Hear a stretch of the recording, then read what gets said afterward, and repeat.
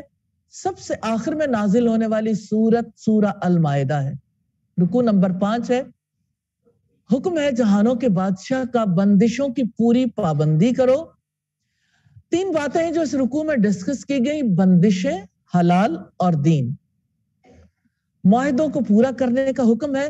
اے لوگو جو ایمان لائے ہو، معاہدوں کو پورا کرو۔ تمہارے لیے مویشی جانور حلال کیے گئے سوائے ان کے جو تم پر پڑھے جائیں، اس حال میں کہ شکار کو حلال سمجھنے والے نہ ہوں جبکہ تم حالت احرام میں ہو۔ بلا شبہ اللہ تعالیٰ جو چاہتا ہے وہ فیصلہ کرتا ہے۔ یا ایھا الذین آمنوا لا تحلوا شعائر اللہ ولا الشہر الحرام ولا الہدی ولا القلائد۔ اے لوگوں جو ایمان لائے ہو، اللہ تعالیٰ کی نشانیوں کی بے حرمتی نہ کرو، اور نہ حرمت والے مہینوں کی، اور نہ حرم کی قربانی کی، اور نہ پٹے ڈالے گئے جانوروں کی، اور نہ حرمت والے گھر جانے کا ارادہ کرنے والوں کی جو اپنے رب کا فضل اور رضامندی تلاش کرتے ہیں۔ اور جب تم احرام کھول دو تو شکار کرو، اور کسی قوم کی دشمنی کہ اس نے تمہیں مسجد حرام سے روکا تھا تمہیں ہرگز اس بات کا مجرم نہ بنا دے کہ تم حد سے بڑھ جاؤ، اور تم نیکی اور تقوی پر ایک دوسرے سے تعاون کرو، اور گناہ اور زیادتی پر ایک دوسرے سے تعاون نہ کرو، اور اللہ تعالیٰ سے ڈرو۔ بلا شبہ اللہ تعالیٰ سخت سزا دینے والا ہے۔ رب العزت کا فرمان ہے سورہ الحج میں، وَمَن يُعَظِّمْ شَعَائِرَ اللَّهِ فَإِنَّهَا مِن تَقْوَى الْقُلُوبِ، اور یہ جو اللہ تعالیٰ کے شاعر کی تعظیم کرتا ہے تو یقیناً وہ دلوں کے تقوی سے ہے۔ پھر فرمایا تم پر حرام کر دیا گیا مردار اور خون اور سور کا گوشت، اور وہ جس پر اللہ تعالیٰ کے سوا کسی کا نام پکارا جاتا ہے، اور گلا گھٹنے سے مرنے والا جانور، اور چوٹ لگنے سے مرنے والا جانور، اور بلندی سے گر کر مرنے والا، اور سینگ لگنے سے مرنے والا، اور جسے درندے نے کھایا ہو مگر جسے تم نے ذبح کیا ہو، اور جو کسی آستانے پر ذبح کیا گیا ہو۔ اور یہ بھی حرام ہے کہ تم تیروں سے قسمت کا حال معلوم کرو، یہ نافرمانی ہے۔ آج تمہارے دین سے وہ لوگ مایوس ہو گئے جنہوں نے کفر کیا، چنانچہ تم ان سے نہ ڈرو اور تم مجھ سے ڈرو۔ آج میں نے تمہارے لیے تمہارے دین کو مکمل کر دیا ہے اور تم پر اپنی نعمت پوری کر دی ہے، اور تمہارے لیے اسلام کو بطور دین پسند کیا ہے۔ چنانچہ جو شخص بھوک میں مجبور کیا جائے کہ گناہ کے لیے مائل ہونے والا نہ ہو تو بلا شبہ اللہ تعالی بہت بخشنے والا نہایت رحم والا ہے۔ اللہ سبحانہ و تعالیٰ نے 4 چیزیں ہیں جو حرام کی ہیں، مردار، سور کا گوشت، خون، اور اس کے علاوہ جس پر اللہ کے سوا کسی اور کا نام پکارا جائے۔ یہاں جن چیزوں کا اضافہ چوٹ کھا کر مرنے والا یعنی مردار ہو گیا نا ذبح کرنے سے پہلے، اسی طرح تیروں سے قسمت کا حال معلوم کرنا، اور گلا گھونٹنے سے مرنے والا، بلندی سے گر کر مرنے والا، جس کو کسی درندے نے کھایا ہو۔ اس لحاظ سے اگر آپ دیکھیں تو یہ سب مردار ہی میں آتے ہیں۔ المیتۃ مردار حرام ہے جس کو شرعی طریقے سے ذبح نہ کیا گیا ہو، اور وہ جس پر اللہ سبحانہ و تعالیٰ کے سوا کسی کا نام پکارا جاتا ہے، یعنی کسی بت کا نام، کسی مورتی کا نام، کسی جن پری، کسی بزرگ کا نام، تو بالاتفاق وہ کھانا حرام ہے۔ یعنی ذبح کیا گیا، اللہ سبحانہ و تعالیٰ کا نام لیا ہے لیکن کسی اور کا نام بھی لیا ہے، تو جب بھی اللہ سبحانہ و تعالیٰ کے ساتھ کسی اور کا نام آئے گا وہ کام شرک میں شمار ہوگا، اور ایسا کھانا جائز نہیں رہے گا۔ سیدنا ابن عباس نے فرمایا اگر جانوروں کا پھاڑا ہوا جانور زندہ ہو اور تم اسے ذبح کر لو تو وہ حلال ہے، اور اگر درندے نے کسی جانور کو پھاڑ کھایا اور جانور مر جائے تو وہ حلال نہیں، جیسے بھیڑیے، چیتے، شیر یا کسی شکاری پرندے نے پھاڑ کر کھایا ہو۔ رسول اللہ صلی اللہ علیہ وسلم نے ہر ایسے جانور کے کھانے سے منع کیا جو اپنے دانتوں سے چیر پھاڑ کر کھاتا ہے، جیسے شیر، بھیڑیا، چیتا، بلی، کتا وغیرہ، اور ہر ایسے پرندے کو کھانے سے منع کیا ہے جو پنجے والا ہو، یعنی پنجے سے دوسرے جانور کو شکار کر کے کھاتا ہو۔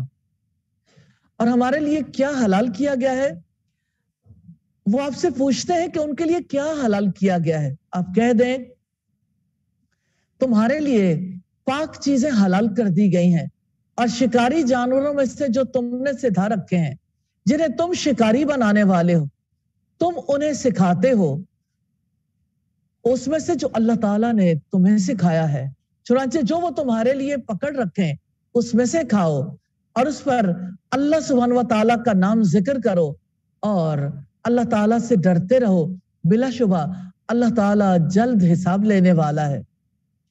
الیوم احل لکم الطیبات، آج تمہارے لیے پاک چیزیں حلال کر دی گئی ہیں، اور اہل کتاب کا کھانا تمہارے لیے حلال ہے اور تمہارا کھانا ان کے لیے حلال ہے۔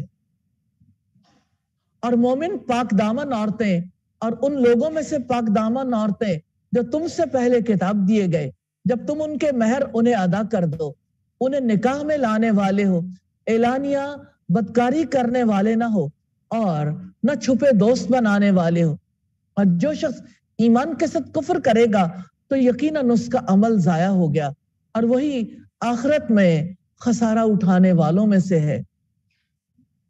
مسلمانوں کے لیے یہودیوں اور عیسائیوں کے ذبیحے حلال ہیں اور مسلمانوں کا کھانا اہل کتاب کے لیے۔ اللہ سبحانہ و تعالیٰ نے جن چیزوں کو حلال قرار دیا ساری پاک چیزیں، حالت اضطرار میں حرام کھانا بھی جائز ہے، اور شکاری جانور جسے آپ کے لیے پکڑ کر رکھیں جب اللہ سبحانہ و تعالیٰ کا نام اس پر لیا گیا ہو، اہل کتاب کا کھانا، پاک دامن عورتیں اور اہل کتاب کا کھانا اس وقت جائز ہے جبکہ وہ پاک اور حلال ہو۔ اسی طرح سے کچھ شرائط ہیں، مثال کے طور پر پاک دامن عورتوں سے نکاح کرنا چاہتے ہیں، مہر ادا کریں، چوری چھپے آشنائی نہ کریں، آزاد شہوت رانی نہ کریں۔ کرنے والے کام ہے عہد کی پابندی، گناہ اور زیادتی کے کام میں تعاون نہ کرنا، نیکی اور تقوی کے کاموں میں تعاون کرنا، لوگوں سے نہ ڈرنا، اللہ تعالیٰ سے ڈرنا۔ جن کاموں سے روکا کہ اللہ تعالیٰ کے حرام کردہ کو اپنے لیے حلال کر لینا، خدا پرستی کی نشانیوں کو بے حرمت کرنا، قربانی کے جانوروں پر دست درازی کرنا، مسجد حرام کا راستہ بند کرنا، کسی قوم کی دشمنی سے مشتعل ہو کر زیادتیاں کرنا، 500 کے ذریعے اپنی قسمت کا حال معلوم کرنا، لوگوں سے ڈرنا، گناہ کی طرف رجحان ہونا، آزاد شہوت رانی، چوری چھپے دوستیاں کرنا۔ کمٹمنٹ پوائنٹس ہے، بندشوں کی یعنی عہد کی پوری پابندی کرنی ہے انشاءاللہ۔ رکن نمبر 6 ہے جس میں معاہدات کا تذکرہ ہے۔ مین پوائنٹس ہے معاہدہ عبادت، میثاق، اللہ تعالیٰ کا احسان، اللہ تعالیٰ کا وعدہ، معاہدہ حقوق انسانی۔ یا ایھا الذین آمنوا اذا قمتم الی الصلاۃ فاغسلوا وجوہکم وایدیکم الی المرافق وامسحوا برؤوسکم وارجلکم الی الکعبین۔ اے لوگو جو ایمان لائے ہو، جب تم نماز کے لیے اٹھو تو اپنے چہروں اور اپنے ہاتھوں کو کوہنیوں تک دھو لو اور اپنے سروں کا مسح کرو اور اپنے پاؤں کو ٹخنوں تک دھو لو، اور اگر تم جنابت میں ہو تو غسل کر لو، اور اگر تم مریض ہو یا سفر میں ہو یا تم میں سے کوئی قضائے حاجت سے آیا ہو یا تم نے عورتوں سے مباشرت کی ہو، پھر تم پانی نہ پاؤ تو پاک مٹی سے تیمم کرو، سو اپنے چہروں اور ہاتھوں پر اس سے مسح کر لو۔ اللہ تعالیٰ ارادہ نہیں رکھتا کہ تم پر کوئی تنگی کرے، لیکن وہ ارادہ رکھتا ہے کہ تمہیں پاک کرے تاکہ تم پر اپنی نعمت پوری کرے، تاکہ تم شکر ادا کرو۔ معاہدہ عبادت ہے اللہ سبحانہ و تعالیٰ اور ہمارے درمیان۔ یہ معاہدہ اس وقت ہوا تھا جب اللہ سبحانہ و تعالیٰ نے سب روحوں کو پیدا کیا اور ان سے سوال کیا تھا الستو بربکم، کیا میں تمہارا رب نہیں ہوں؟ تو سب نے یہ جواب دیا تھا کیوں نہیں، آپ ہی ہمارے رب ہیں اور اسی رب کی بندگی کرنی ہے۔ تو نماز کے لیے وضو کرنا ہے، حالت جنابت میں غسل کر کے پاک ہونا ہے، پانی نہ ملے تو مٹی سے تیمم کرنا ہے، بیماری اور سفر میں بھی پاکیزگی کی ضرورت ہے، سفر میں پانی نہ ملے تو تیمم، بیماری میں پانی ہو لیکن جان کا خطرہ ہو تو تیمم۔ معاہدہ عبادت کا فائدہ کیا ہے؟ نمبر 1 پاکیزگی، نمبر 2 زندگی کی مشقتوں سے آسانیوں کی طرف لانا اور اللہ سبحانہ وتعالیٰ کی نعمت کا اہتمام۔ وضو کے کچھ فرائض ہیں، فَاغْسِلُوا وُجُوهَكُمْ، یہ وضو کا پہلا فرض ہے، اپنے چہروں کو دھو لو۔ وضو کا دوسرا فرض ہے وَأَيْدِيكُمْ إِلَى الْمَرَافِقِ، یعنی اپنے ہاتھوں کو کونیوں تک دھو لو۔ اور وضو کا تیسرا فرض ہے وَامْسَحُوا بِرُؤُوسِكُمْ، یعنی اپنے سروں کا مسح کر لو۔ اور وضو کا چوتھا فرض ہے وَأَرْجُلَكُمْ إِلَى الْكَعْبَيْنِ، اور اپنے پاؤں ٹخنوں تک دھو لو۔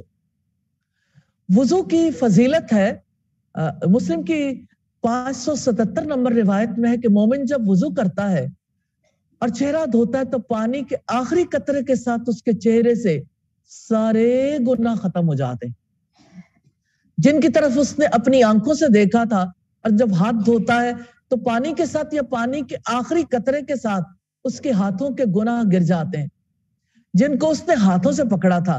اسی طرح جب وہ پاؤں دھوتا ہے تو پانی کے ساتھ یا پانی کے آخری قطرے کے ساتھ تمام گناہ جھڑ جاتے ہیں جن کی طرف وہ چل کر گیا تھا، حتیٰ کہ وہ گناہوں سے صاف ہو کر نکلتا ہے۔ اللہ اکبر۔ اور اگر تم جنابت میں ہو تو غسل کر لو۔ جنبی کا اطلاق اس شخص پر ہوتا ہے جس سے سوتے یا جاگتے منی خارج ہوئی ہو یا اس نے مجامعت کی ہو، ہاں منی کا انزال نہ ہو، جسے یاد آ جائے کچھ سے احتلام ہوا ہے مگر کپڑوں پر منی کے نشانات موجود نہ ہو تو اس پر غسل واجب نہیں، کیونکہ جنابت متحقق نہیں ہوئی۔ جنابت کی وجہ سے جو کام ممنوع ہے، نمبر 1 قرآن پاک پڑھنا، نمبر 2 نماز پڑھنا، نمبر 3 مساجد میں داخل ہونا، نمبر 4 قرآن کو ہاتھ لگانا۔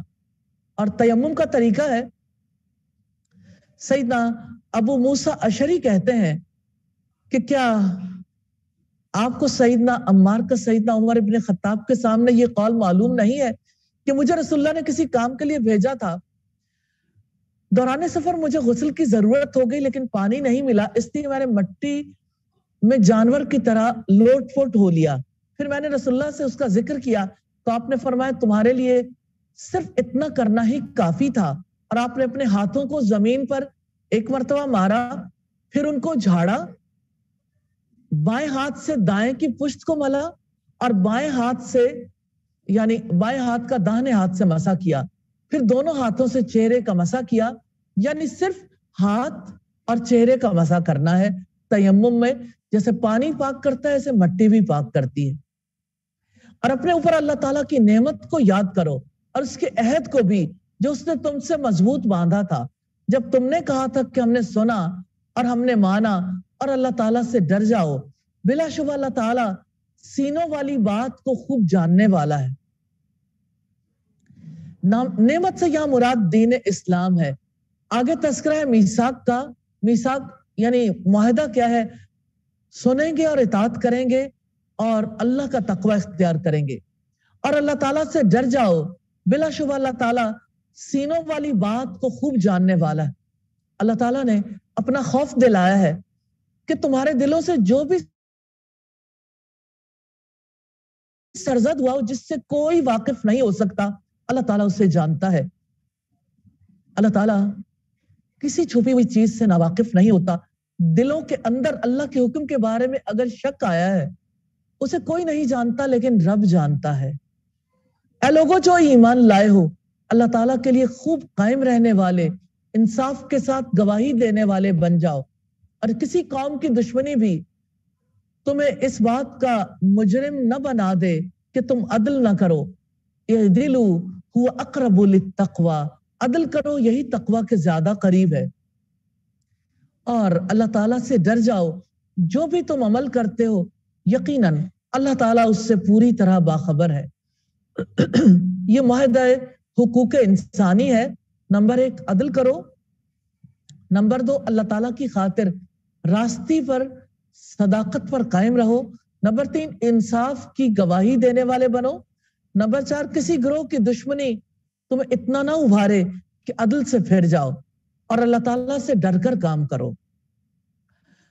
عدل و انصاف کے ساتھ گواہی دینے کا حکم ہے اور تقوی کا حکم ہے، یعنی اللہ سے ثواب کی امید رکھتے ہوئے اس کی اطاعت کرنا اور اس کے عذاب کے خوف سے اس کے روکے سے رک جانا. ان لوگوں سے جو ایمان لائے اور جنہوں نے نیکیاں کی ہیں، اللہ تعالیٰ نے وعدہ کیا ہے کہ ان کے لیے بڑی بخشش اور بہت بڑا اجر ہے. اور جن لوگوں نے کفر کیا اور ہماری آیات کو جھٹلایا، ایسے لوگ دوزخ والے ہیں. اللہ تعالیٰ کا وعدہ ہے ایمان اور عمل صالح کرنے والوں سے مغفرت کا وعدہ اور اجر عظیم کا وعدہ ہے، اور انکار اور جھٹلانے کے بدلے میں جہنم ملے گی. استغفر اللہ. اے لوگوں جو ایمان لائے ہو، اپنے اوپر اللہ سبحانہ و تعالیٰ کی نعمت کو یاد کرو جب کچھ لوگوں نے ارادہ کیا تھا کہ وہ تمہاری طرف اپنے ہاتھ بڑھائیں، چنانچہ اللہ تعالیٰ نے ان کے ہاتھوں کو تم سے روک دیا اور اللہ تعالیٰ سے ڈر جاؤ. بس لازم ہے کہ مومن اللہ سبحانہ و تعالیٰ پر توکل کریں، یعنی اپنے دینی معاملات میں بھی اور دنیاوی معاملات میں بھی. اور توکل کا مطلب ہے اسباب اختیار کر کے نتیجہ اللہ سبحانہ و تعالیٰ پر چھوڑنا. اور اللہ تعالیٰ پر مضبوط توکل ایمان کی نشانی ہے، یہ دل کی عبادت ہے. توکل کرنے والے کی سچائی یہ ہے کہ وہ اللہ تعالیٰ پر توکل کرے اور انسانوں میں سے کسی سے طمع نہ رکھے کہ وہ اس کے لیے کچھ کریں گے. جب کوئی ایسا ہو جائے کہ کسی انسان سے کوئی طمع نہ رہے تو اللہ تعالیٰ اس کو بے حساب رزق دے گا. وہی بندہ توکل کرنے والا ہے. اللہ سبحانہ و تعالیٰ توکل کرنے والوں کو خوشخبری دیتے ہیں وَيَرْزُقُهُ مِنْ حَيْثُ لَا يَحْتَسِبُ. وہ ایسی جگہ سے رزق دے گا جہاں سے کسی نے گمان بھی نہ کیا ہو. اور توکل کرنے والوں کی بہت سی یادیں ہیں. اللہ سبحانہ و تعالیٰ نے ابراہیم علیہ السلام کے توکل کرنے پر کیسے انہیں بڑھاپے میں اولاد دی، کیسے وہ اپنی بیوی کو بے آب و گیا وادی میں چھوڑ آئے تھے، جن کے لیے مکہ کی چٹانوں اور مکہ کے پہاڑوں کو اللہ سبحانہ و تعالیٰ نے گواہ بنایا. سارے پہاڑ اپنی جگہ پر ہیں. انہی پہاڑوں کے درمیان ایک تنہا عورت یہ کہتی بھی سنائی دیتی ہے جب اس نے اپنے شوہر سے پوچھا کہ مجھے کس کے حکم سے یہاں چھوڑے جا رہے ہو، اور ابراہیم علیہ السلام نے سر جھکا دیا، کوئی جواب نہیں دیا. تو سیدہ ہاجرہ نے سوال کیا کیا اللہ سبحانہ و تعالیٰ کے حکم سے مجھے چھوڑے جا رہے ہو؟ اس پر سیدنا ابراہیم علیہ السلام نے ہاں میں جواب دیا. تب وہ کہنے لگی لا یضیعن اللہ ابدا، پھر اللہ ہمیں کبھی ضائع نہیں کرے گا. یہ توکل ہے، اللہ سبحانہ و تعالیٰ کی ذات پر بھروسہ ہے. کس وجہ سے انہوں نے کہا تھا؟ کیا سہولتوں کے ملنے پر؟ کیا فیسلٹیز ملی تھی؟ بہت سا مال مل گیا تھا؟ کیا شوہر کی محبت مل گئی تھی؟ کیا وہ اطمینان سے رہتے تھے؟ کیا کھانے پینے کو ان کے پاس وافر رزق تھا؟ پھر انہوں نے کس چیز پر صبر کیا؟ شوہر سے جدائی اور تنہا رہنے پر، جہاں نہ پانی تھا، نہ کھانے پینے کے انتظامات تھے، نہ سبزہ تھا، نہ سایہ دیوار تھا، نہ کوئی چھت تھی، نہ کوئی جاندار، نہ کوئی وحشی جنگلی جانور، نہ کوئی پرندہ. ایک تنہا عورت کا یقین اور توکل اپنی ذات پر اتنا بڑا ہے کہ وہ پہاڑوں سے بھی بلند ہے. وہ کہتی ہے اللہ ہمیں کبھی ضائع نہیں کرے گا. کوئی ان الفاظ کو لکھ سکتا ہے، بول سکتا ہے، دہرا سکتا ہے، لیکن اپنے آپ کو ذرا اس مقام پر رکھ کے دیکھیے. اتنا سکون، اتنا اطمینان، یہ ہے اللہ سبحانہ و تعالیٰ پر توکل. کوئی عورت ایسی ہو سکتی ہے، کوئی انسان اپنے رب پر ایسا توکل کر سکتا ہے. وہاں کوئی زیرو نہیں تھا، وہاں کی زمین کچھ نہیں اگاتی تھی، پانی بھی نہیں تھا. اللہ سبحانہ و تعالیٰ نے ان کے توکل کا کیسا صلہ دیا. آج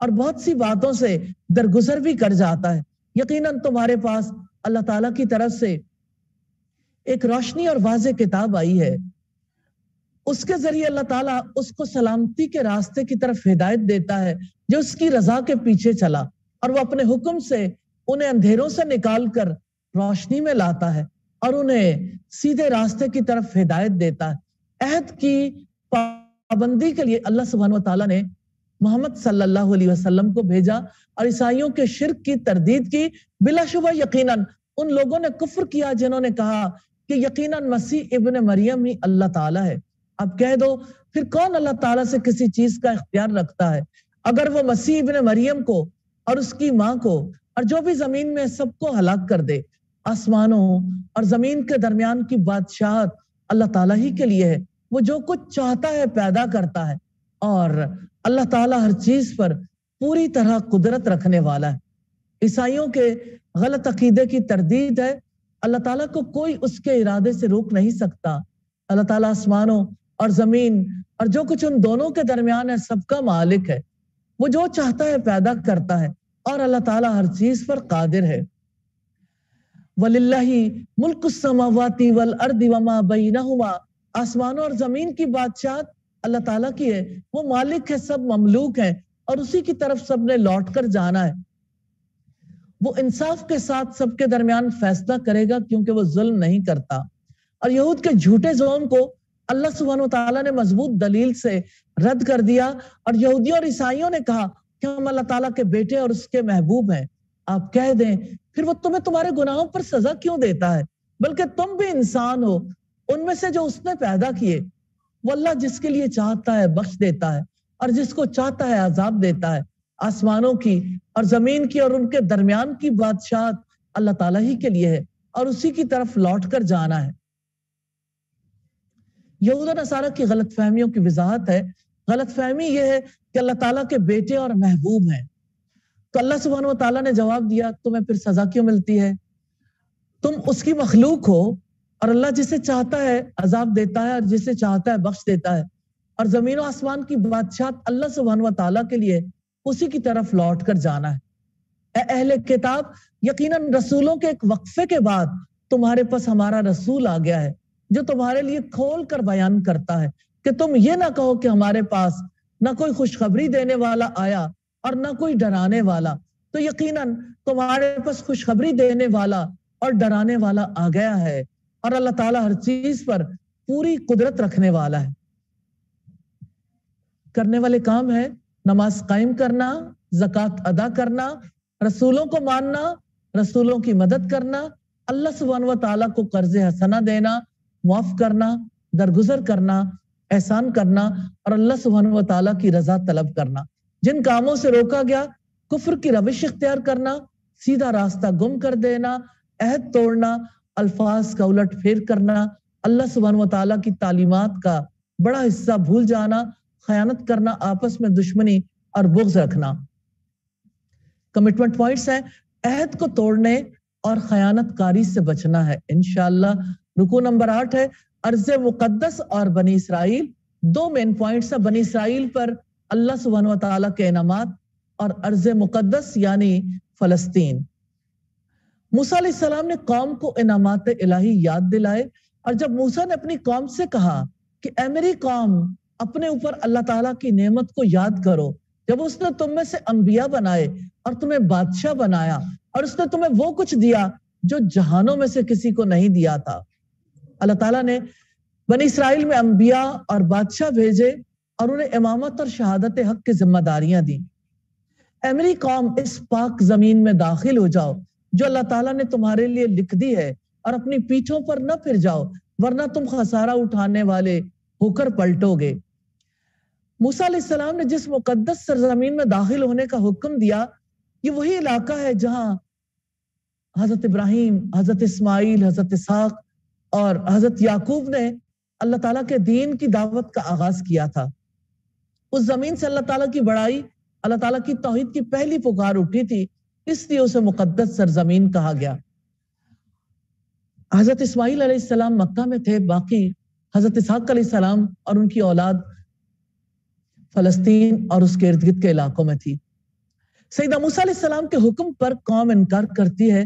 انہوں نے کہا کہ اے موسیٰ بلا شبہ اس میں ایک جابر قوم ہے اور بلا شبہ ہم اس میں ہرگز داخل نہیں ہوں گے یہاں تک کہ وہ اس سے نکل جائیں. چنانچہ اگر وہ خود وہاں سے نکل جائیں تو یقیناً ہم داخل ہونے والے ہیں. ان لوگوں میں سے 2 آدمیوں نے کہا جو اللہ تعالیٰ سے ڈرتے تھے, جن پر اللہ تعالیٰ نے انعام کیا تھا, ان پر دروازے سے داخل ہو جاؤ, پھر جب تم اس سے داخل ہو جاؤ گے تو یقیناً تم ہی غالب ہونے والے ہو اور اللہ تعالیٰ ہی پر توکل کرو اگر تم مومن ہو. بنی اسرائیل نے شہر میں داخلے سے انکار کر دیا. انہوں نے کہا کہ اے موسیٰ بے شک ہم اس وقت تک ہرگز اس میں کبھی بھی داخل نہ ہوں گے جب تک وہ لوگ اس میں رہیں گے, سو تم اور تمہارا باپ دونوں جا کر لڑو, ہم تو یہاں بیٹھنے والے ہیں. اس نے کہا اے میرے رب یقیناً میں اپنی ذات اور اپنے بھائی کے سوا کسی پر اختیار نہیں رکھتا, سو تو ہمارے اور اس نافرمان قوم کے درمیان علیحدگی کر دے.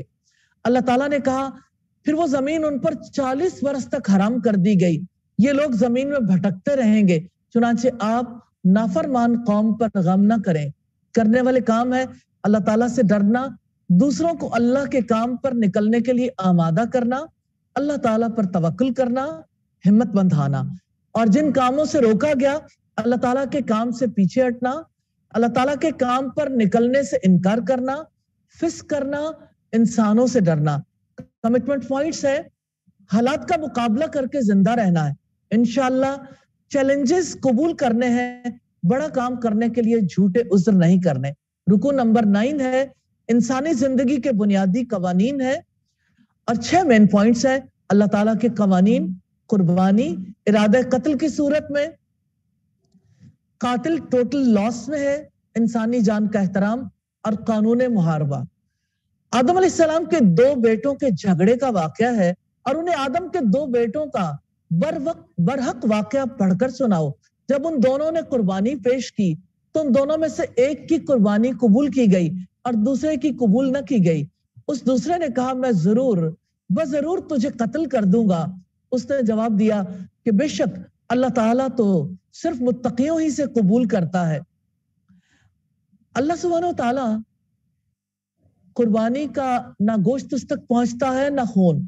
اللہ سبحانہ و تعالیٰ تک تو صرف دلوں کا تقوی پہنچتا ہے. یقیناً اگر تو نے میری جانب اپنا ہاتھ بڑھایا تاکہ تو مجھے قتل کر دے تو میں اپنا ہاتھ تیری جانب بڑھانے والا نہیں کہ میں تجھے قتل کر دوں. یقیناً میں اللہ رب العالمین سے ڈرتا ہوں. یقیناً میں ارادہ رکھتا ہوں کہ میرا اور اپنا گناہ لے کر تم لوٹو, پھر تم آگ والوں میں سے ہو جاؤ, اور ظالموں کی یہی جزا ہے. چنانچہ اس کے نفس نے اس کے لیے اس کے بھائی کے قتل کو پسندیدہ بنا دیا تو اس نے اسے قتل کر ڈالا. چنانچہ وہ خسارہ اٹھانے والوں میں سے ہو گیا. کوے نے بھائی کی لاش چھپانی سکھائی. قتل تو ہو گیا لیکن لاش کا مسئلہ بہت زیادہ تکلیف دہ تھا. پھر اللہ تعالیٰ نے ایک کوا بھیجا جو زمین کھودتا تھا تاکہ وہ اسے دکھائے کہ کیسے وہ اپنے بھائی کی لاش چھپائے.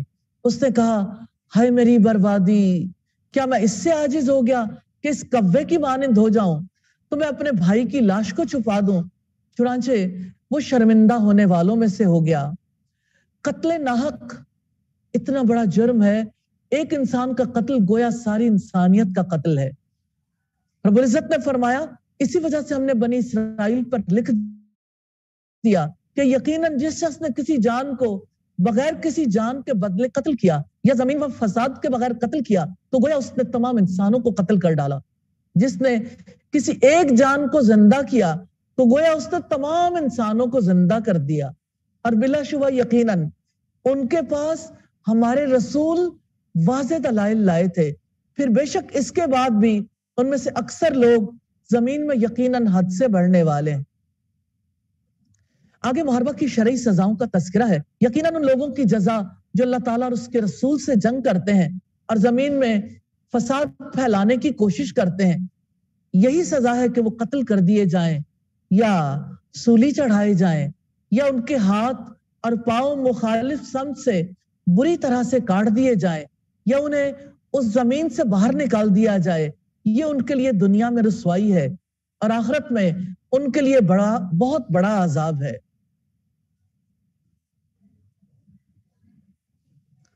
محاربین حکومت کے ایکشن سے پہلے توبہ کر لیں تو ان کے خلاف اقدام نہیں کیا جائے گا، سوائے ان لوگوں کے جنہوں نے اس سے پہلے توبہ کی کہ تم ان پر قابو پاؤ۔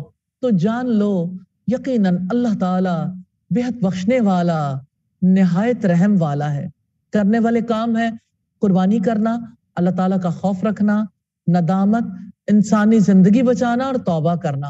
اور جن کاموں سے روکا ہے، ظلم کرنا، زمین میں فساد پھیلانا، زمین میں زیادتیاں کرنا، اللہ تعالیٰ اور اس کے رسول سے لڑنا۔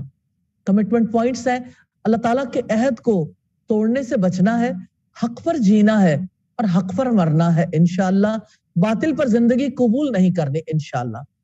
رکوع نمبر 10 ہے اصلاح کے وسائل ہیں، 4 اس کے مین پوائنٹس ہیں: ذاتی اصلاح کے وسائل، معاشرتی اصلاح، ذاتی اصلاح کے راستے کی رکاوٹ اور معاشرتی اصلاح کے راستے کی رکاوٹیں۔ اللہ سبحانہ و تعالیٰ نے حکم دیا ہے اللہ کا قرب تلاش کرو، یا ایھا الذین آمنوا اتقوا اللہ وابتغوا الیہ الوسیلۃ وجاہدوا فی سبیلہ لعلکم تفلحون۔ اے لوگو جو ایمان لائے ہو، اللہ تعالیٰ سے ڈر جاؤ اور اس کی طرف قرب تلاش کرو اور اس کی راہ میں جہاد کرو تاکہ تم کامیاب ہو جاؤ۔ تذکرہ ہے وسیلے کا۔ شرعی وسیلہ وہ ہے جس کا اللہ سبحانہ و تعالیٰ نے اپنی کتاب میں حکم دیا ہے اور جس کی نبی صلی اللہ علیہ وسلم نے وضاحت فرمائی ہے کہ ان اعمال کو اپنا کر اللہ کا قرب اختیار کر سکتے ہو۔ اور ممنوع وسیلہ وہ ہے ایسے اعمال وسیلہ سمجھ کر اختیار کیے جائیں جو اللہ تعالیٰ کی کتاب اور محمد صلی اللہ علیہ وسلم کی سنت، اس کی روح کے خلاف ہوں، بلکہ شریعت میں اس کی حیثیت حرام یا مکروہ کی ہو۔ دنیاوی وسیلے ذرائع کی حیثیت رکھتے ہیں، مثال کے طور پر رزق کمانے کے لیے کوئی تجارت کرتا ہے، کوئی ملازمت کرتا ہے یا اجرت حاصل کرتا ہے، سب وسیلے جائز ہیں۔ لیکن رزق کے حصول کے لیے کوئی چوری کرتا ہے، سود کھاتا ہے، ذخیرہ اندوزی کرتا ہے، خیانت کو ذریعہ بنائے تو یہ حرام ہے۔ اسی طرح سے صحت کے حصول کے لیے دواؤں سے علاج کروانا جائز ہے، لیکن حرام، زہریلی اور نایاب دواؤں سے علاج کروانا حرام ہے۔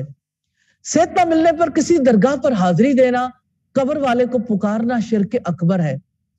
ایسے لوگوں سے فریادیں کی جائیں، نکاح کے لیے پیغام دینا جائز ہے، رشتہ منظور نہ ہونے کے صورت میں جادوگر کے پاس جانا ناجائز ہے۔ کسی کا مال چوری ہو جائے، اسے چور نہ ملے، کسی عامل جن کے ذریعے چور کا پتہ لگانا شرعاً حرام ہے، اس لیے کہ کوئی غیب کی خبر نہیں رکھتا۔ ان الذین کفروا لو ان لهم ما فی الارض جميعا، یقیناً جن لوگوں نے کفر کیا اگر واقعتاً ان کے پاس وہ سب کچھ ہو جو زمین میں ہے اور اتنا ہی اور بھی اس کے ساتھ ہوتا تاکہ وہ اس کو قیامت کے دن کے عذاب سے فدیے میں دے، تو ان سے قبول نہیں کیا جائے گا اور ان کے لیے دردناک عذاب ہے۔ قیامت کے دن وہ آگ سے ہرگز نکلنے والے نہیں ہوں گے۔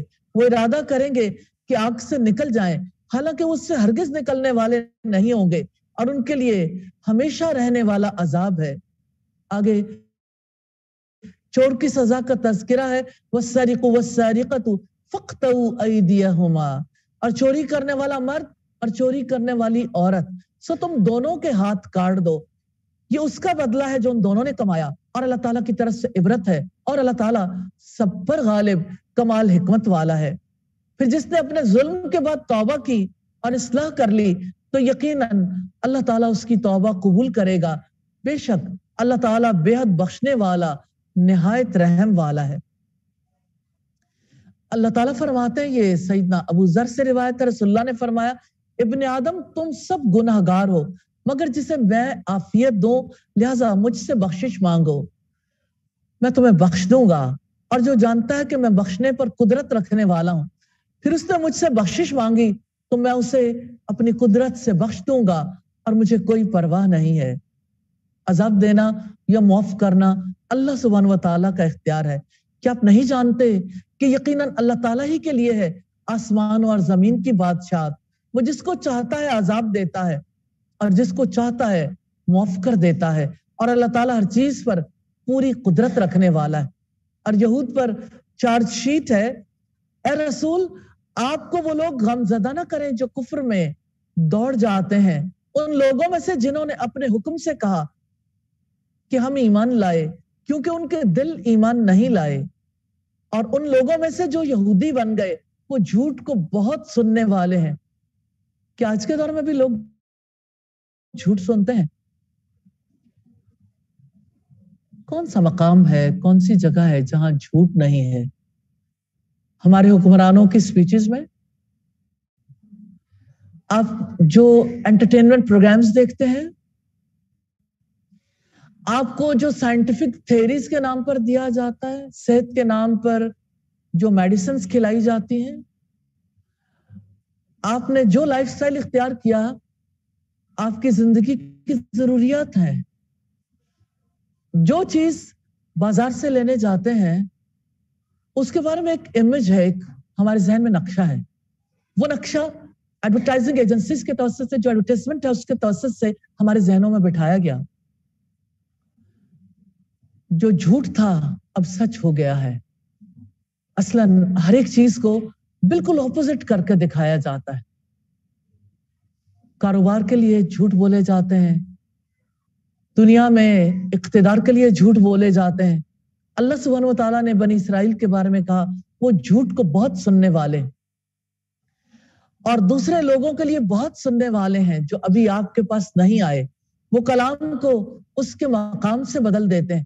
وہ کہتے ہیں کہ اگر تمہیں یہ حکم دیا جائے تو اسے لے لو، اور اگر تمہیں یہ نہ دیا جائے تو بچ جاؤ۔ اور وہ شخص کہ اللہ تعالیٰ جس کو فتنے میں ڈالنے کا ارادہ کرے تو آپ اللہ تعالیٰ سے اس کے لیے ہرگز کسی چیز کے مالک نہیں ہوں گے۔ یہ وہ لوگ کہ اللہ تعالیٰ نے ارادہ نہیں کیا کہ ان کے دلوں کو پاک کرے، ان کے لیے دنیا میں رسوائی ہے اور آخرت میں ان کے لیے بہت بڑا عذاب ہے۔ جھوٹ سننے اور حرام کھانے والے نبی صلی اللہ علیہ وسلم کو کچھ نقصان نہیں پہنچا سکیں گے۔ جھوٹ کو بہت سننے والے ہیں، حرام کو بہت کھانے والے ہیں۔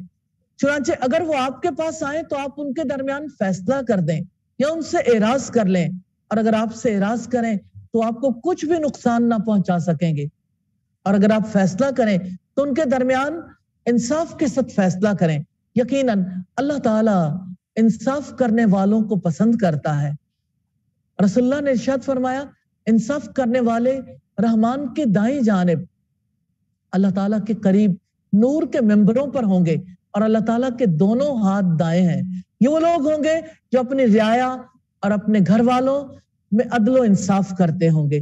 کرنے والے کام ہے اللہ تعالیٰ سے ڈرنا، اس کے قرب کا ہر ذریعہ اختیار کرنا، توبہ کرنا، اپنی اصلاح کرنا، عدل کرنا، اللہ تعالیٰ کے راستے میں کوششیں کرنا۔ اور جن کاموں سے روکا گیا، کفر کرنا، چوری کرنا، ظلم کرنا، کفر کے راستے میں تیز گامی دکھانا، جھوٹ کے لیے کان لگانا، دوسرے لوگوں کے لیے سنگن لینا، کتاب اللہ کے الفاظ کو ان کے صحیح معنی سے پھیر دینا، لوگوں کو رسول کی بات ماننے سے روکنا، حرام کا مال کھانا، ایمان نہ رکھنا۔ کمٹمنٹ پوائنٹس ہیں، اللہ تعالیٰ کی قربت کے لیے ساری عمر کنٹینیوس سٹرگل کرنی، مسلسل جہاد کرنا، مسلسل کوشش کرنی ہے انشاءاللہ تعالی۔ رکو نمبر 11 ہے اللہ تعالیٰ کی شریعت یا جاہلیت کی شریعت۔ اس کے 4 مین پوائنٹس ہیں، تورات، انجیل، قرآن اور اللہ تعالیٰ کا قانون۔ وَكَيْفَ يُحَكِّمُونَكَ وَعِنْدَهُمُ التَّوْرَاةُ، اور وہ آپ کو کیسے منصف بنائیں گے حالانکہ ان کے پاس تورات ہے جس میں اللہ تعالیٰ کا حکم ہے، پھر اس کے بعد بھی وہ منہ موڑ رہے ہیں اور وہ لوگ مومن ہی نہیں ہیں۔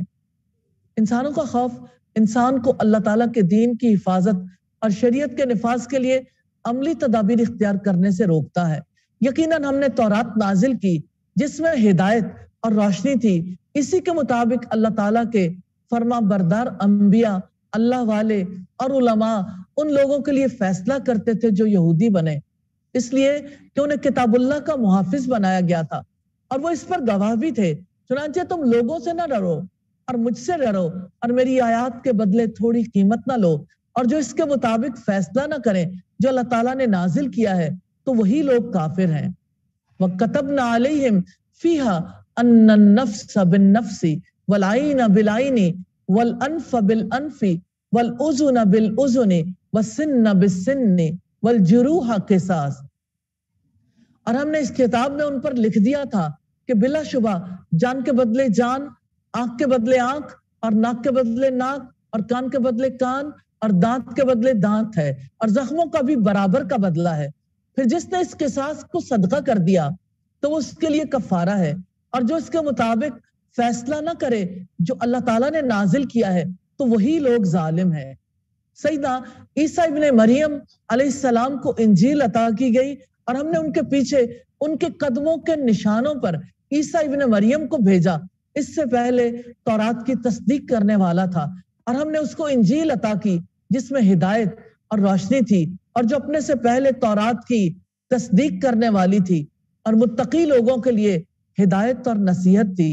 اہل انجیل پر لازم ہے کہ اپنی کتاب کے مطابق فیصلے کریں۔ وَلْيَحْكُمْ أَهْلُ الْإِنْجِيلِ بِمَا أَنزَلَ اللَّهُ فِيهِ، اور لازم ہے کہ اہل انجیل اسی کے مطابق فیصلے کریں جو اللہ تعالیٰ نے اس میں نازل کیا ہے، اور جو اس کے مطابق فیصلے نہ کریں جو اللہ تعالیٰ نے نازل کیا ہے تو وہی لوگ فاسق ہیں۔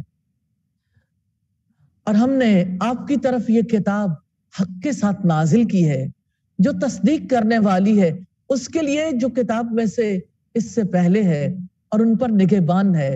چنانچہ آپ ان کے درمیان اس کے مطابق فیصلہ کریں جو اللہ تعالیٰ نے نازل کیا ہے، اور جو حق آپ کے پاس آیا ہے اسے چھوڑ کر ان کی خواہشات کا پیچھا نہ کرو۔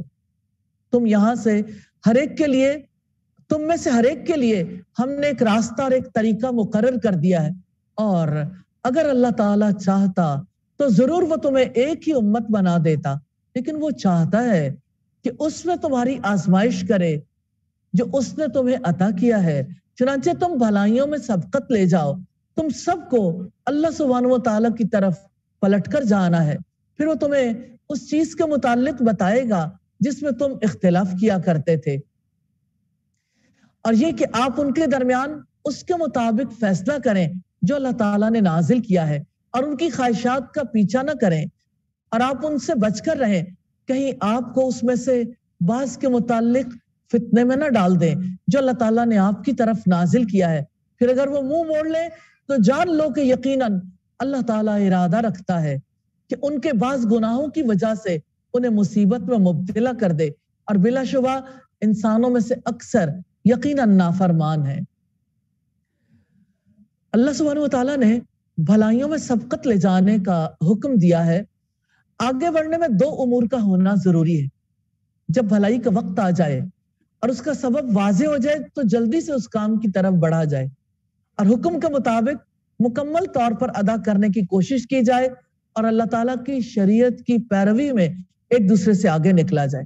تو نیکی کے کام جلدی سے کرنے چاہیے، دوسرے سے سبقت لے جانی چاہیے، یعنی کمپٹیشن کا یہ میدان ہے کہ ایک دوسرے سے بڑھ کر نیکیاں کریں۔ افحکم الجاہلیت یبغون، تو کیا وہ جاہلیت کا فیصلہ چاہتے ہیں؟ اور کون اللہ تعالیٰ سے فیصلہ کرنے میں بہتر ہے؟ ان لوگوں کے لیے جو یقین رکھتے ہیں۔ کرنے والے کام ہے اسلام لانا، کتاب اللہ کی حفاظت کرنا، اللہ سبحانہ و تعالیٰ سے ڈرنا، تقوی اختیار کرنا، کتاب سے ہدایت اور نصیحت حاصل کرنا، بھلائیوں میں ایک دوسرے سے سبقت لے جانا، لوگوں کے فتنے سے بچ کر ہدایت سے منحرف نہ ہونا، اور جن کاموں سے روکا گیا لوگوں سے ڈرنا، اللہ کی آیات کو معاوضے لے کر بیچنا، اللہ کے نازل کردہ قانون کے مطابق فیصلے نہ کرنا، ظلم کرنا، فسق کرنا، لوگوں کی خواہشات کی پیروی کرنا، گناہ کرنا، جاہلیت کا فیصلہ چاہنا۔ کمٹمنٹ پوائنٹس ہے کتاب اللہ کی حفاظت کی ذمہ داریاں پوری کرنی ہے، اللہ تعالیٰ کی امانت کو بے لاگ ساری انسانیت تک پہنچانا ہے انشاءاللہ۔ رکوع نمبر 12 ہے رفاقت بدل ڈالو۔ اس رکوع کے دو مین پوائنٹس ہیں، نمبر 1 رفاقت بدل ڈالو، اور نمبر 2 اللہ تعالیٰ کی رفاقت کے حقداروں کی خصوصیات ہیں۔ یا ایھا الذین آمنوا لا تتخذوا اليہود والنصارى اولیاء، اے لوگوں جو ایمان لائے ہو، یہودیوں اور عیسائیوں کو دوست نہ بناؤ، وہ ایک دوسرے کے دوست ہیں، اور تم میں سے جو انہیں دوست بنائے گا تو یقیناً وہ انہی میں سے ہے۔ بلا شبہ اللہ تعالیٰ ظالم لوگوں کو ہدایت نہیں دیتا۔ منافق یہودیوں اور عیسائیوں سے دوستی کرنے کے لیے بے قرار رہتے تھے، رب العزت نے فرمایا چنانچہ آپ دیکھیں گے کہ جن لوگوں کے دلوں میں بیماری ہے وہ ان میں دوڑ کر جاتے ہیں، وہ کہتے ہیں ہم ڈرتے ہیں کہ مصیبت کا چکر ہمیں نہ پہنچ جائے، ہو سکتا ہے کہ اللہ تعالیٰ فتح کو لے آئے یا اپنی جناب سے کوئی معاملہ لے آئے تو ان باتوں پر نادم ہو جو انہوں نے اپنے دلوں میں چھپا رکھی تھی۔ اور وہ لوگ جو ایمان لائے کہیں گے کہ کیا یہ وہی لوگ ہیں جنہوں نے اللہ تعالیٰ کے نام کی پکی قسمیں کھائیں کہ بلا شبہ یقیناً وہ تمہارے ساتھ ہیں۔ ان کے سارے اعمال ضائع ہو گئے، چنانچہ وہ خسارہ اٹھانے والے ہو گئے۔ یہاں یہ جو بات ہے نا حبطت اعمالہم، ان کے سارے اعمال، ان کی نمازیں، روزے، صدقہ و خیرات، ان کا والدین کی خدمت کرنا، ان کا رشتہ داروں کے ساتھ حسن سلوک کرنا۔ سوال یہ پیدا ہوتا ہے کیوں؟ اصل میں اعمال کے برابر ہونے کا انحصار ایمان اور اخلاص پر ہے۔ نفاق کے ساتھ جو دینداری کی نمائش ہوتی ہے اس کا اللہ سبحانہ و تعالیٰ کی میزان میں کوئی وزن نہیں ہے۔ نفاق کے ساتھ پڑھی گئی نمازیں، روزے، صدقے سب ضائع ہو جاتے ہیں۔ نفاق کے ساتھ اللہ سبحانہ و تعالیٰ کے یہاں کسی کے عمل کا کوئی اجر نہیں۔ یا ایھا الذین آمنوا من یرتد منکم عن دینہ، اے لوگوں جو ایمان لائے ہو، تم میں سے جو بھی اپنے دین سے پھر جائے گا تو اللہ تعالیٰ جلد ہی ایسے لوگوں کو لے آئے گا جن سے وہ محبت کرے گا اور وہ اس سے محبت کریں گے۔ وہ مومنوں پر بہت نرم اور کافروں پر بہت سخت ہوں گے۔ وہ اللہ تعالیٰ کی راہ میں جہاد کریں گے اور کسی ملامت گر کی ملامت سے نہ ڈریں گے۔ یہ اللہ تعالیٰ کا فضل ہے، وہ جسے چاہتا ہے عطا کرتا ہے، اور اللہ تعالیٰ بڑی وسعت والا، سب کچھ جاننے والا ہے۔ نبی صلی اللہ علیہ وسلم نے ایک حدیث میں اللہ تبارک و تعالیٰ سے نقل کیا ہے، سیدنا ابو ہریرہ نے بیان کیا کہ رسول اللہ نے فرمایا، اللہ تعالیٰ فرماتا ہے جس نے میرے کسی ولی سے دشمنی کی اسے میری طرف سے اعلان جنگ ہے، اور میرا بندہ جن جن عبادتوں سے میرا قرب حاصل کرتا ہے اور کوئی عبادت مجھے اس سے زیادہ پسند نہیں ہے جو میں نے اس پر فرض کی ہے، یعنی فرائض مجھے بہت پسند ہیں جیسے نماز، روزہ، حج، زکوٰۃ وغیرہ، اور میرا بندہ فرائض کے بعد نفل عبادات کے ذریعے سے میرے اتنے قریب ہو جاتا ہے کہ میں اس سے محبت کرنے لگ جاتا ہوں۔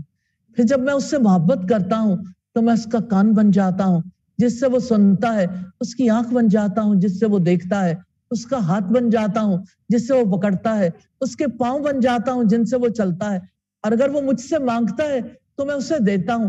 اگر وہ کسی دشمن یا شیطان سے میری پناہ کا طالب ہوتا ہے تو میں اسے محفوظ رکھتا ہوں، اور میں جو کام کرنا چاہتا ہوں اس میں مجھے اتنا تردد نہیں ہوتا جتنا کہ مجھے اپنے مومن بندے کی جان نکالنے میں ہوتا ہے۔ وہ تو موت کو بوجہ تکلیف جسمانی کی پسند نہیں کرتا اور مجھے اسے تکلیف دینا برا لگتا ہے۔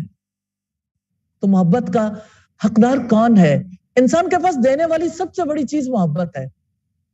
انسان کی محبت کا سب سے زیادہ حقدار اللہ سبحانہ و تعالیٰ ہے۔ یہ ایمان کا لازمی تقاضا ہے۔ جو ایمان رکھتا ہے وہ اللہ سبحانہ و تعالیٰ کی محبت میں شدید تر ہوتا ہے۔ رب العزت نے فرمایا یقیناً تمہارے دوست اللہ تعالیٰ اور اس کا رسول اور ایمان والے ہی ہیں جو نماز قائم کرتے ہیں، زکوٰۃ ادا کرتے ہیں اور وہ رکوع کرنے والے ہیں۔ اور جو اللہ تعالیٰ کو اور اس کے رسول کو اور ایمان والوں کو دوست بنائے گا تو یقیناً اللہ تعالیٰ کی جماعت ہی غالب آنے والی ہے۔ اللہ تعالیٰ کی جماعت اور اس کے گروہ میں وہ لوگ شامل ہیں جو اللہ تعالیٰ سے عبودیت کا، یعنی عبادت کا اور غلامی کا، ولایت کا، اور رسول اللہ سے اور مومنوں سے ولایت کا تعلق رکھتے ہیں۔ ایسے لوگوں کو اللہ سبحانہ و تعالیٰ نے آخرت میں بہترین انجام تک پہنچانا ہے۔ رب العزت نے فرمایا وَإِنَّ جُنْدَنَا لَهُمُ الْغَالِبُونَ، اور بے شک ہمارا لشکر ہی غالب رہے گا۔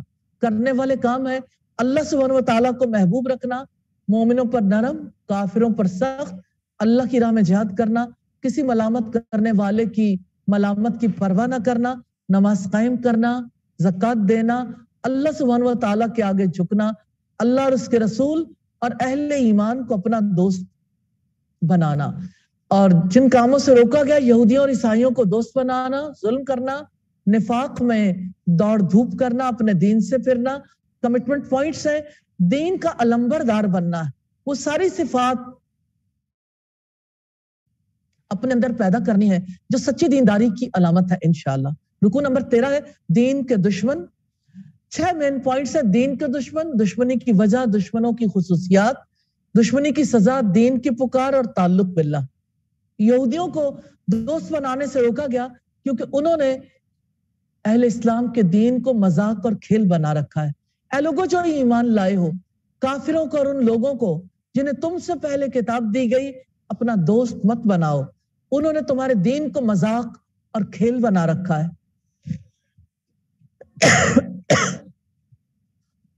اور تم اللہ تعالیٰ سے ڈرو اگر تم مومن ہو۔ وَإِذَا نَادَيْتُمْ إِلَى الصَّلَاةِ، اور جب تم نماز کے لیے اذان دیتے ہو تو یہ اسے مذاق اور کھیل بنا لیتے ہیں۔ یہ اس وجہ سے ہے کہ بلا شبہ وہ ایسے لوگ ہیں جو سمجھتے نہیں۔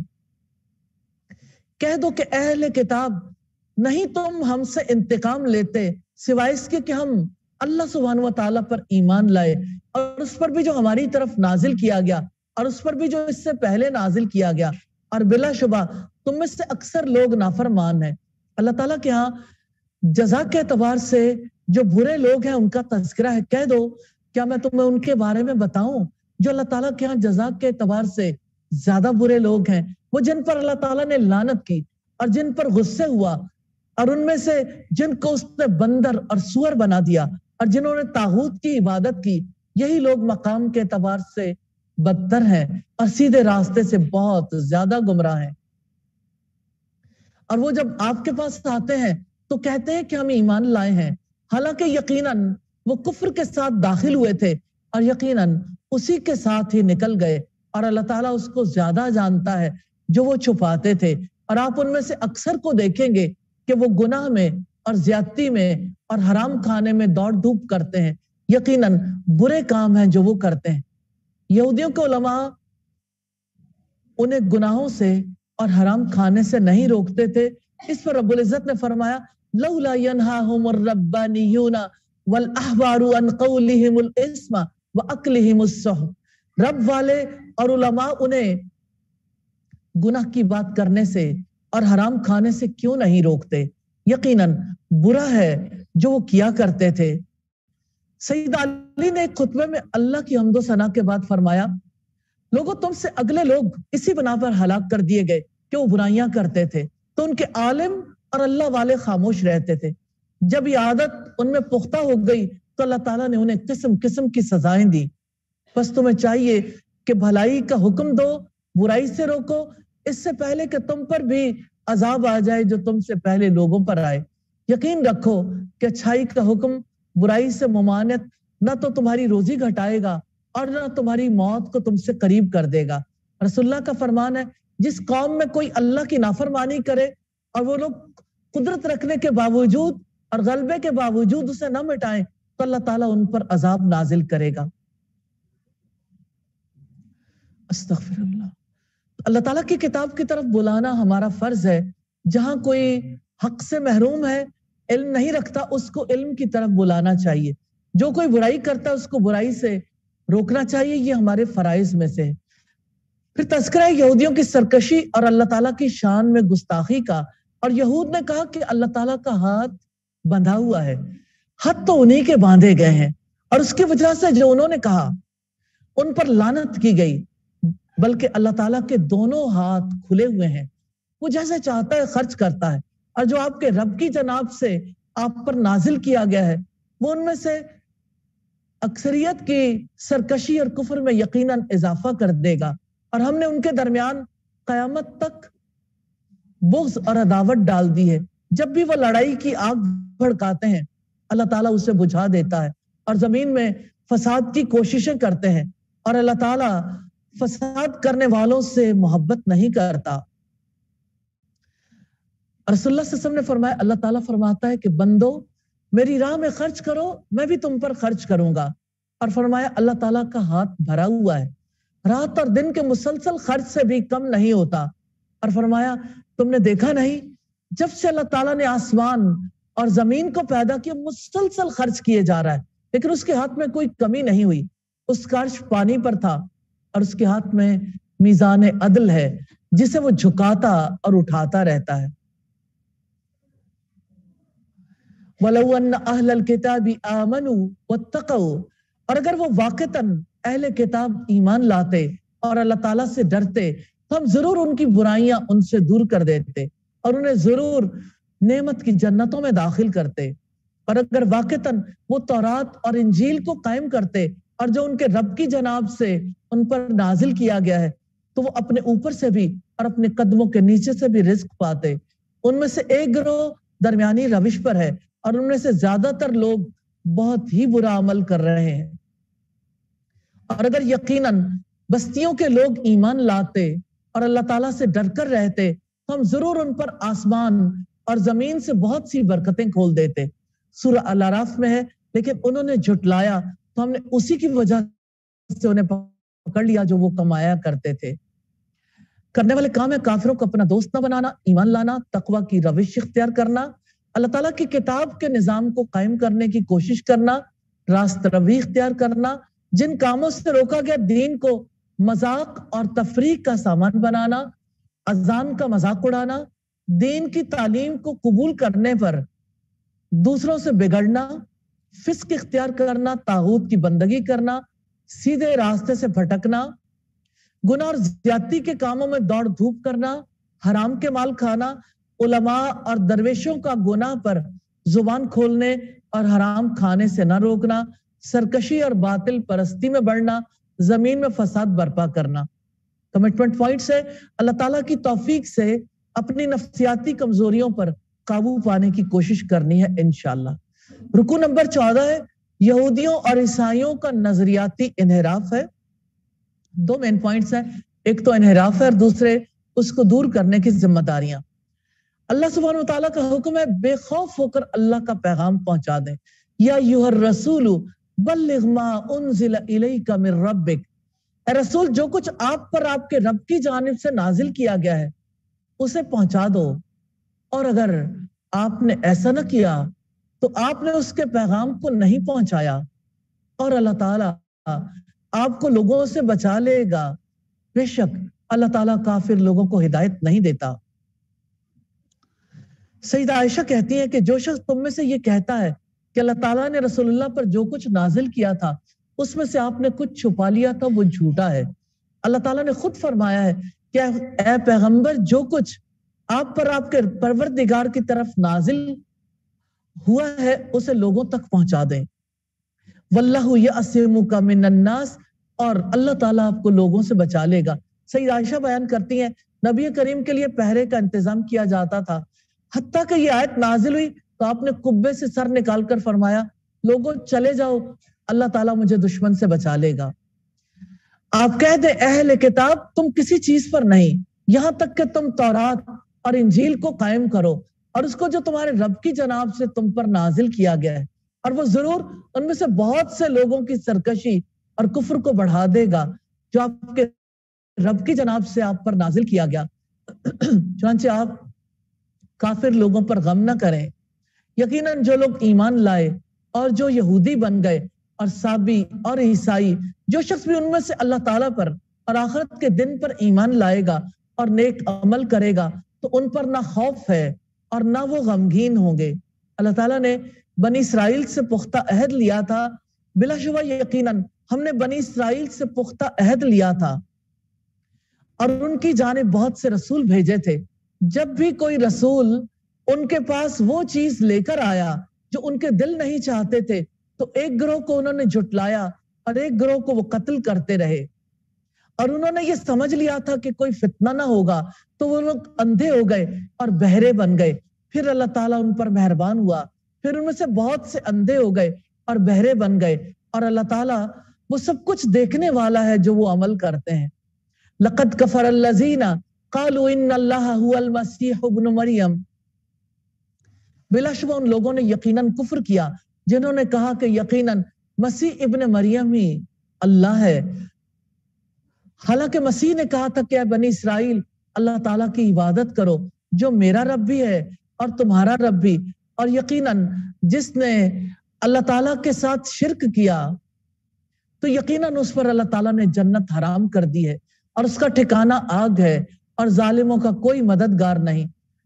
عیسائیوں کے عقیدہ تثلیث کے بارے میں فرمایا کہ وہ کفر ہے، لقد کفر الذین قالوا ان اللہ ثالث ثلاثہ، بلا شبہ یقیناً ان لوگوں نے کفر کیا جنہوں نے کہا کہ اللہ تعالیٰ تین میں سے تیسرا ہے، حالانکہ اس ایک ہی معبود کے سوا کوئی اور معبود نہیں۔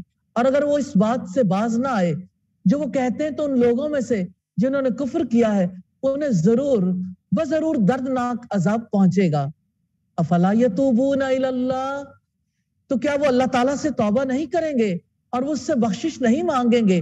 اور اللہ تعالیٰ بے حد بخشنے والا نہایت رحم والا ہے۔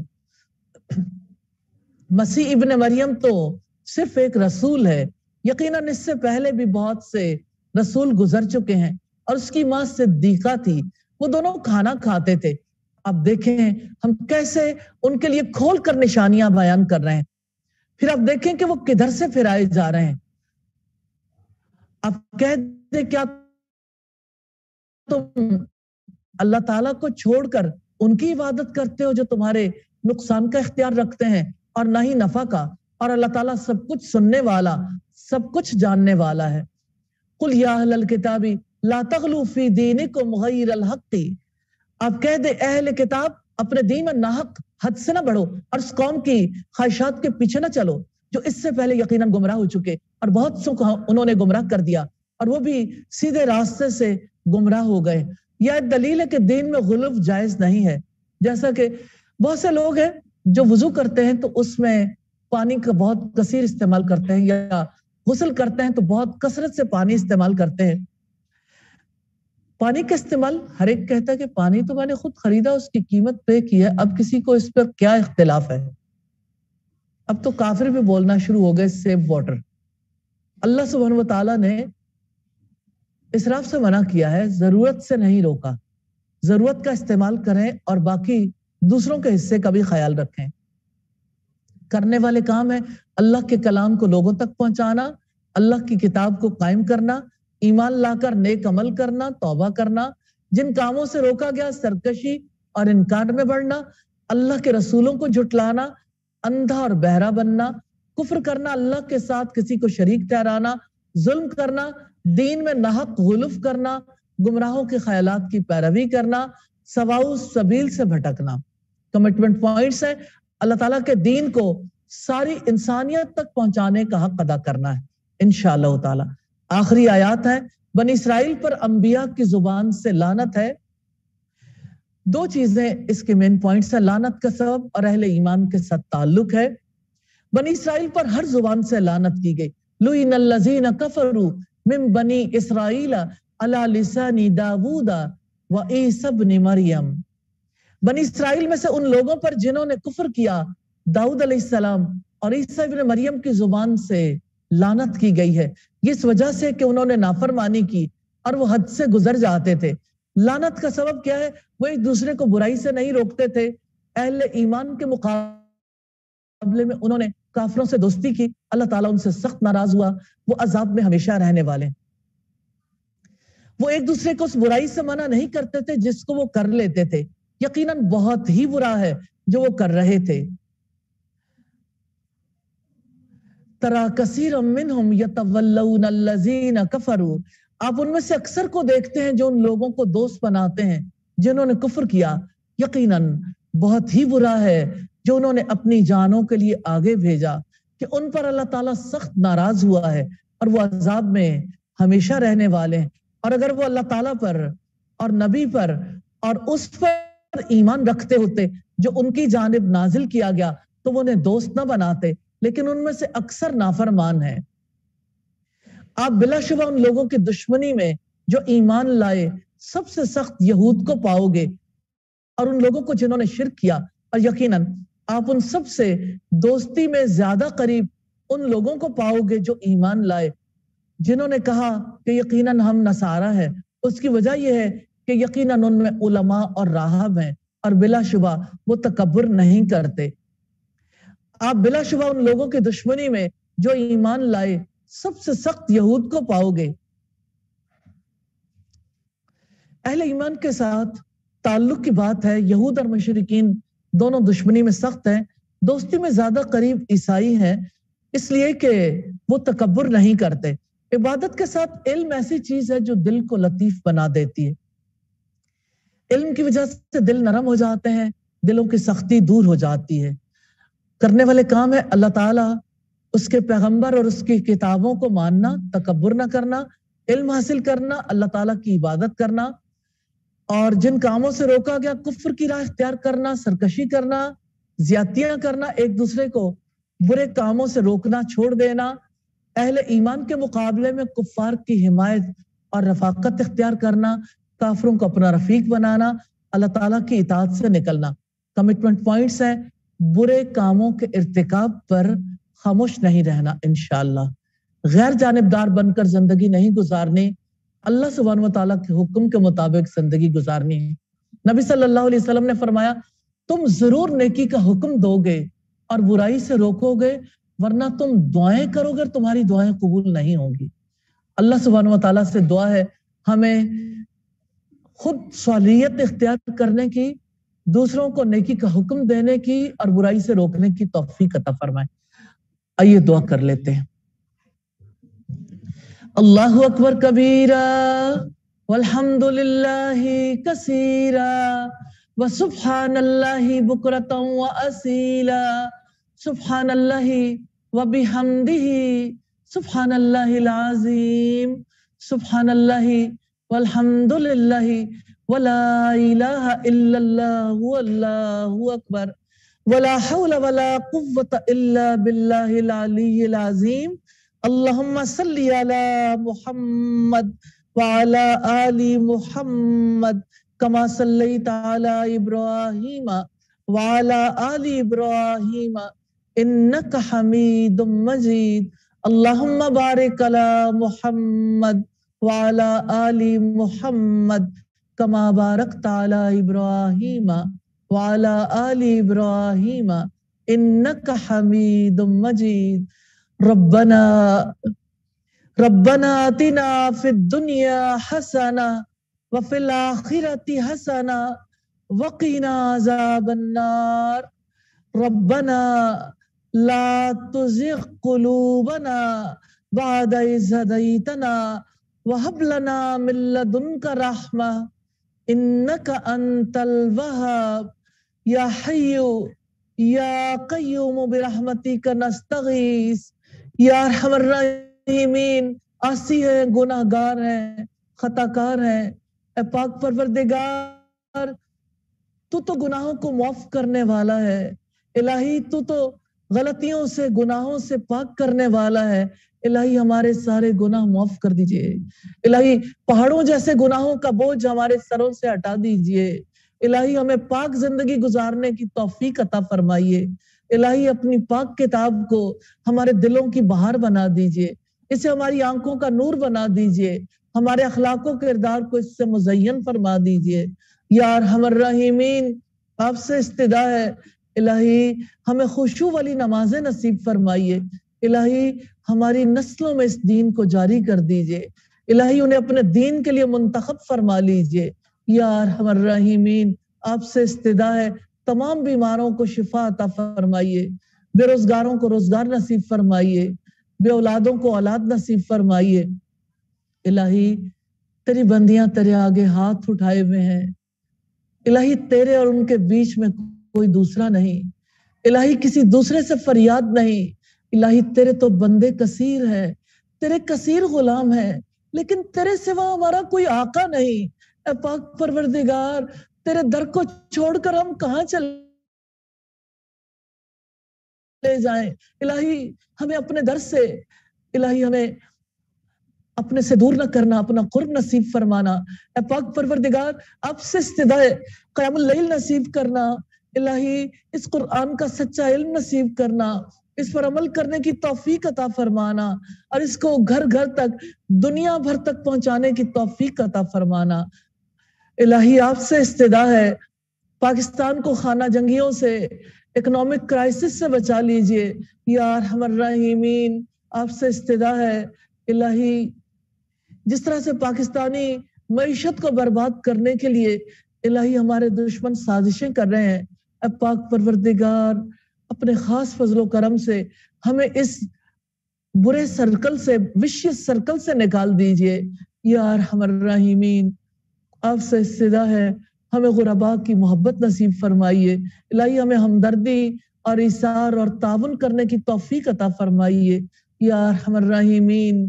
آپ سے استدعا ہے الہی اس شہر کو قرآن کا شہر بنا دیجئے، الہی آپ سے استدعا ہے اس مجلس سے اپنے بہت ہی پیارے بندوں کو اپنے اس قرآن کی خدمت کے لیے منتخب کر لیجئے یا ارحم الراحمین۔